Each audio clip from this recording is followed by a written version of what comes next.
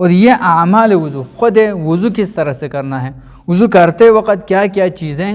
ہونی چاہیے وہ ہے۔ سب سے پہلے قصد قربت جو اوپر بتایا ہے کہ نیت آپ کے کیا ہو وضو کرنے کے لیے، جس جگہ پر آپ بیٹھا ہے تو وہاں کہ میں ظہر کی نماز کے لیے، عصر کی نماز کے لیے، یا مغربین کی نماز کے لیے، یا فجر کی نماز کے لیے وضو کر رہا ہوں، وہاں پر آپ کی نیت ہونی چاہیے۔ اور اعمال وضو میں دوسری چیز ہے کہ چہرے کو دھونا ہے۔ ہم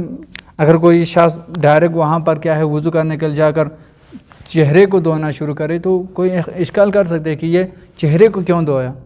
وہاں ہاتھ کو دھونا کیا ہے مستحب ہے، کلائی سے نیچے اس ہاتھ کو دھونا مستحب ہے۔ اصل اعمال وضو کہاں سے شروع ہوتا ہے کہ یہاں چہرے سے شروع ہوتا ہے، اور چہرے کا یہ مقدار کہ یہ درمیانی انگولی اور یہ آخری انگولی ہے، ان دونوں کے درمیان جتنا فاصلہ ہے وہ وضو کے یعنی چہرے میں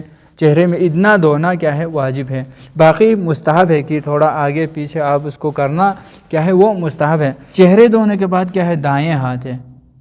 اگر کوئی کیا ہے بائیں ہاتھ کو پہلے دھوئے تو وہ وضو صحیح نہیں ہے۔ سچ ہے چہرے کے بعد دائیں ہاتھ کو دھونا ہے، اور دائیں ہاتھ کو کیا ہے اس کوہنی سے نیچے، ہمارا عقیدے کے مطابق کوہنی سے نیچے کیا ہے انگلیوں کے سرے تک دھونا ہے، اور پانی اوپر سے لگانا ہے، پانی اوپر لگانا ہے تو ادھر سے کیا ہے پانی نیچے ادھر انگلیوں کے سرے تک ہو، تو اس صورت میں اس کا وضو صحیح ہے۔ اور اس کے بعد بائیں ہاتھ کو دھونا ہے، بائیں ہاتھ کو بھی اسی طرح جس طرح دائیں ہاتھ کو دھویا ہے اسی طرح بائیں ہاتھ کو بھی دھونا ہے، کوہنی سے نیچے کیا ہے انگلیوں کے سرے تک۔ پھر اس کے بعد کیا ہے اس کے بعد مسح کرنا ہے، سر کا مسح کرنا ہے۔ اگر کوئی کیا ہے ادھر ایک ہوتا ہے کہ دائیں ہاتھ کو یا بائیں ہاتھ کو کوئی اگر دیکھتا ہے کہ بعض اوقات دیکھنے کو ملتا ہے کوئی شخص مسئلے نہ جاننے کی وجہ سے اس طرح سے کرتے ہیں کہ یعنی ہاتھ کو نیچے سے اوپر کی طرف دھوتے ہیں، تو اس صورت میں اس کی وضو باطل ہے، یعنی اوپر سے نیچے کی طرف دھونا واجب ہے۔ اسی طرح سر کا جو مسح ہے، سر کا مسح یہ بھی واجب ہے، سر کا مسح کرنا ہے۔ اگر سر کا مسح کرتے وقت آپ کے ہاتھ کو جو سر پر رکھ کر ہاتھ کو نیچے کھینچنا ہے، اگر کوئی ہاتھ کو حرکت نہ دے سر کو حرکت دے سر کو آگے پیچھے کرے تو اس صورت میں بھی اس کا وضو باطل ہے۔ اور آخری کیا ہے کہ اعمال وضو میں آخر میں پاؤں کا کیا ہے مسح ہے، پاؤں کا مسح کرنا ہے۔ پاؤں کا مسح پہلے دائیں پاؤں کا کرنا ہے پھر بائیں پاؤں کا کرنا ہے۔ یہاں پر بھی یہی ہے، کچھ لوگ ہو سکتے کہ جلدی میں پاؤں کو اوپر اٹھا کے کیا ہے اس طرح سے یعنی مسح کریں، تو اس کا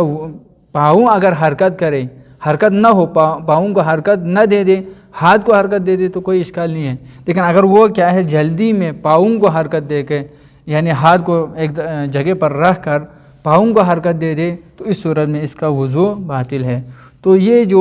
اعمال وضو، شرائط وضو اور اعمال وضو ہے، ان کا جاننا ہر